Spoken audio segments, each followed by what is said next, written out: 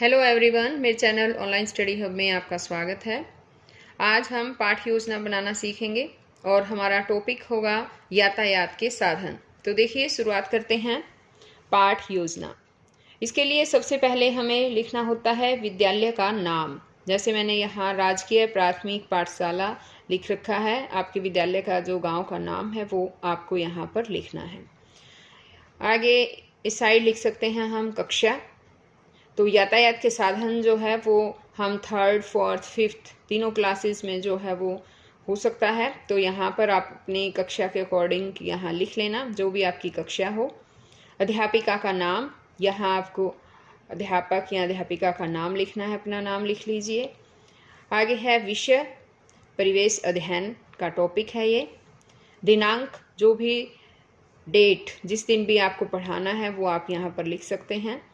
उपविषय यानी कि टॉपिक, वो है हमारा यातायात के साधन या परिवहन के साधन भी बोल सकते हैं इसे। अवधि 30 मिनट जो है इसकी अवधि है। आगे है सहायक सामग्री।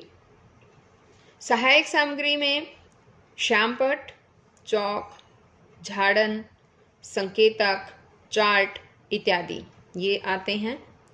आगे आ जाते हैं उद्देश्य। सबसे पहले है सामान्य उद्देश्य। सामान्य उद्देश्य में आएगा कि विद्यार्थियों में सामाजिक अध्ययन के प्रति रुचि उत्पन्न करना, और दूसरा होगा विद्यार्थियों में सामाजिक कुशलता का विकास करना। आगे है विशिष्ट उद्देश्य यानी स्पेसिफिक एम, जो है वो है विद्यार्थी परिवहन के साधनों के बारे में जान पाएंगे। और दूसरा है विद्यार्थियों को परिवहन के साधनों के प्रकारों की जानकारी हो पाएगी, यानी कि परिवहन के साधन कितने प्रकार के हैं ये सब जान पाएंगे। आगे है पूर्व ज्ञान परीक्षण।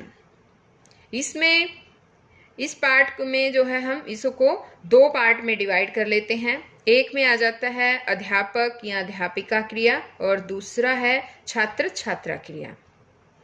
तो यहाँ पर अध्यापक का क्रिया में जो है वो अध्यापक या अध्यापिका जो है वो क्वेश्चन पूछेंगे कि हम सब एक स्थान से दूसरे स्थान पर कैसे जाते हैं।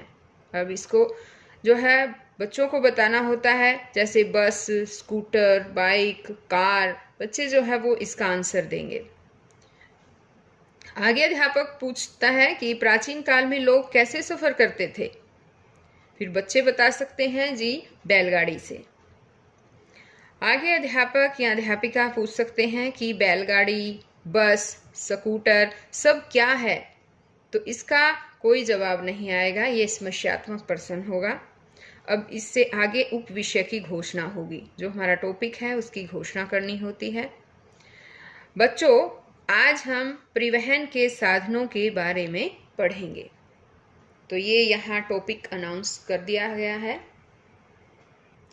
आगे आएगा प्रस्तुतिकरण यानी कि रिप्रेजेंटेशन, और इसमें जो है 4 पार्ट में डिवाइड किया गया है इसको। पहले में है मुख्य बिंदु, यहाँ है अध्यापिका क्रिया या अध्यापक क्रिया, छात्र छात्रा क्रिया, और एक है श्यामपट्ट क्रिया या श्यामपट्ट कार्य। जो मुख्य बिंदु है उसमें हम मुख्य बातें लिखनी हैं, जैसे हमारा टॉपिक है यातायात के साधन, या हम यहाँ परिवहन के साधन भी लिख सकते हैं। अब यहाँ पर अध्यापिका बताएंगी कि यातायात के साधन होते क्या हैं, एक्सप्लेन करेंगी। जिन साधनों के द्वारा हम एक स्थान से दूसरे स्थान तक समय की बचत करके सफ़र कर सकते हैं उन्हें परिवहन के साधन कहते हैं। और छात्र छात्रा क्रिया में जो है छात्र ध्यानपूर्वक इसे सुनेंगे। साथ ही अध्यापक को जो है वो श्यामपट्ट पर भी लिख भी देना है यातायात के साधन, इस टॉपिक को। आगे आ जाता है यातायात के साधनों के प्रकार।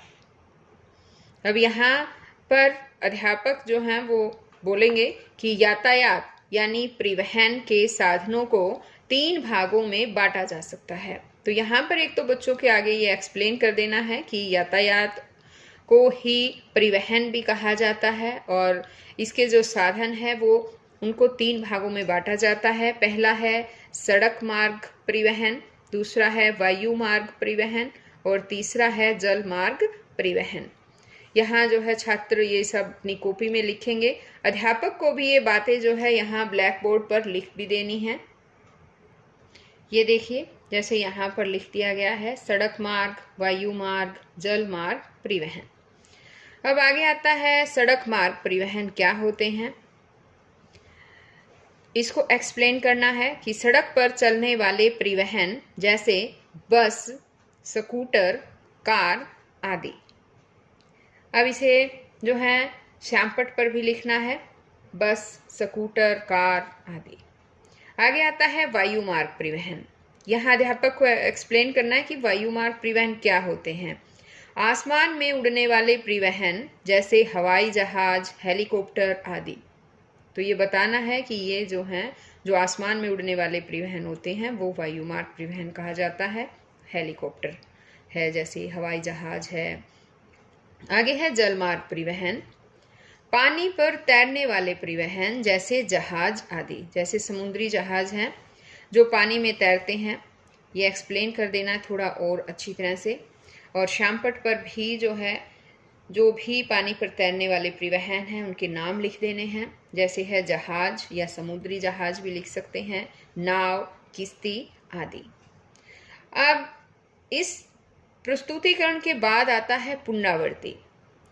पुनरावृत्ति में जो भी काम करवाया गया है उसकी दोहराई करवानी होती है। तो हम कह सकते हैं बच्चों, आज हमने पर्यावरण के साधनों के बारे में पढ़ा और जाना कि ये 3 प्रकार के होते हैं, सड़क, वायु और जल मार्ग।